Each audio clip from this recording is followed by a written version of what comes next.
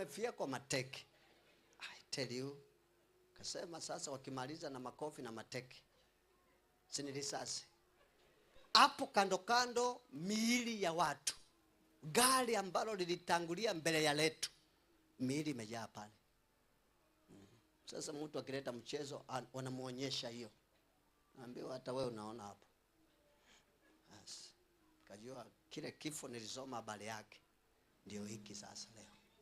Kama ningalikuwa na simu angalau nimuite mama.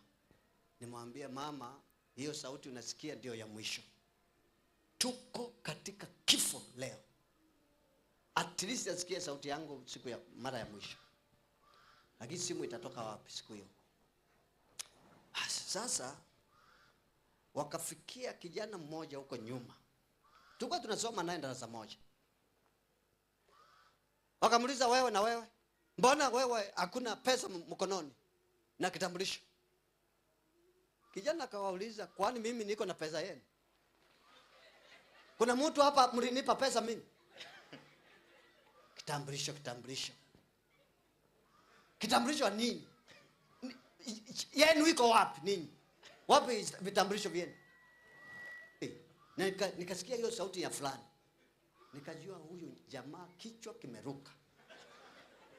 Na nikajua sasa huyu kama tungalisamehewa, huyu ndiye sasa ameharibu kila kitu.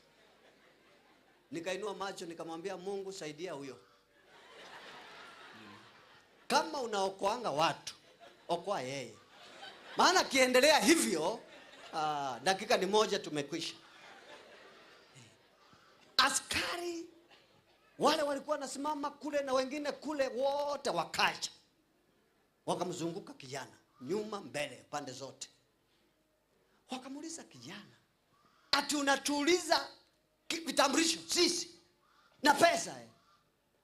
Kwa hivyo wewe una pesa? Akasema hata kama ningekuwa nayo singetoa. Kwani ninyi mnafikiri nani wewe? Wajinga tupu. Kuja kusumbua watu barabarani hapa. Sema kweli huyu. Si ninyi mlio karibu huko na yeye mumsaidie bwana. Sasa akiongeza hasira hii tumekuta wakiwa nayo, aongeze hiyo. Sasa bunduki, hakuna mtu atapigwa risasi mbili, ni zaidi ya 20 kila mmoja. Kijana amewaka moto. Akawakazia macho na akawaambia, ati maiti hapa, mnanionyesha maiti hapa barabarani.